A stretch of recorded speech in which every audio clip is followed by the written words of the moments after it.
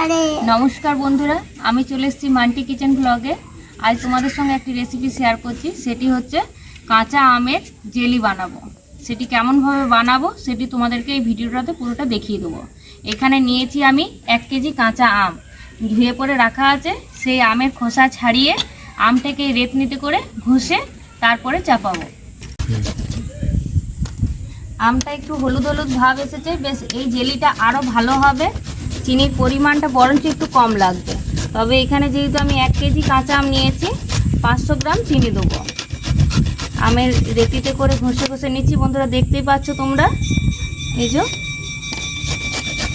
বেশ চিড়ের মতো একদম হচ্ছে, সরু সরু।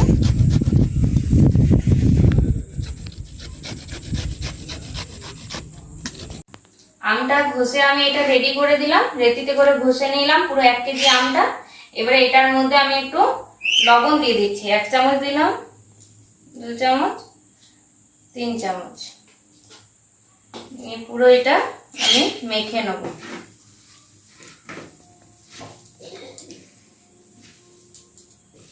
আর এদিকে গ্যাসে আমি কড়াই বসিয়ে দিয়েছি। কড়াইয়ের মধ্যে আমি সরষের তেল দেবো। কড়াই গরম হয়ে গেছে প্রায়। কড়াইয়ের মধ্যে আমি সরষের তেল দেবো।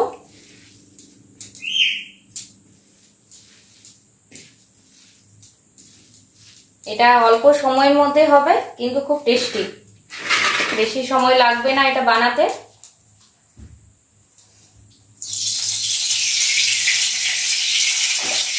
সরষের তেল দিয়ে দিলাম কড়াইয়ে।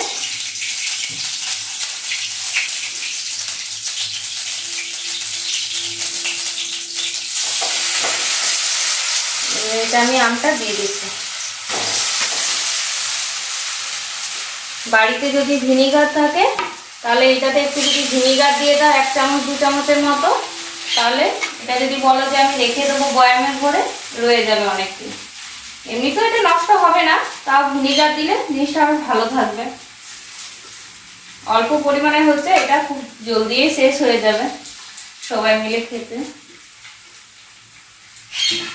তোমরা যদি বেশি পরিমাণে করো তাহলে অবশ্যই কিন্তু ভিনিগার দেবে। ভিনিগার দিলে তাহলে একটু থাকবে, বেশি নষ্ট হওয়ার ভয়টা থাকবে না।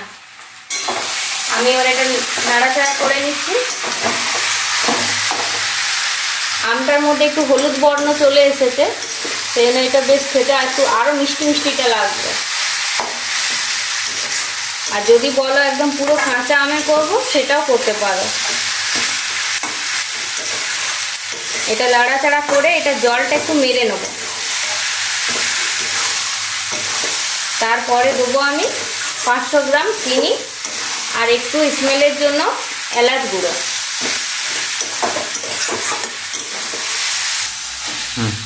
এটা জলটা তাকে একটু শুকা, তাকে আমি এলাচটা, এই এলাচটা কটা এলাচ দিয়েছি, এই এলাচটা গুঁড়ো করে নিয়ে আসি। কম আঁচ করে দিলাম একটু। এলাচটা আমার গুঁড়ো হয়ে গেছে। এবারে আমি এটার মধ্যে 500 গ্রাম চিনি দিয়ে দিচ্ছি।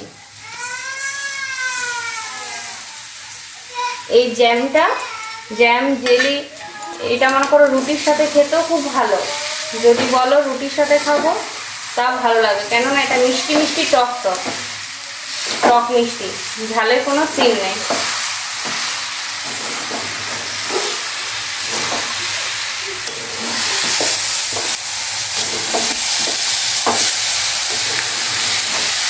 কি সুন্দর আমের একটা সেন্ট আসছে।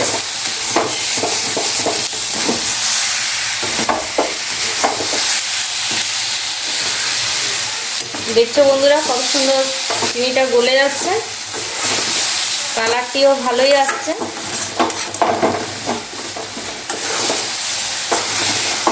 আমার ছেলে এটি খুবই পছন্দ করে, ওরই আবদার যে মা এটা বানিয়ে দাও। রুটির সাথেও খুব পছন্দ করে এটি খেতে, যেহেতু মিষ্টি মিষ্টি স্বাদটা পায়, ওই জন্য ওর জন্য বিশেষ করে বানানো।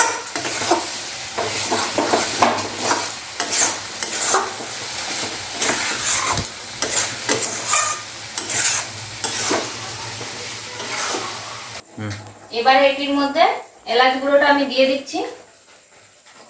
এটি একটি ভালো স্মেল আসবে। হয়ে গেল।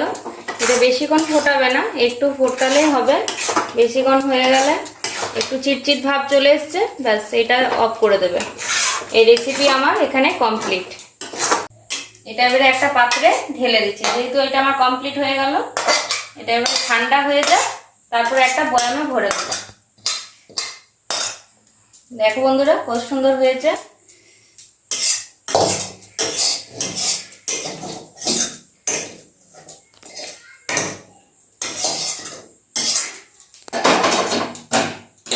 এটি আমার রেডি, দেখে নিলে।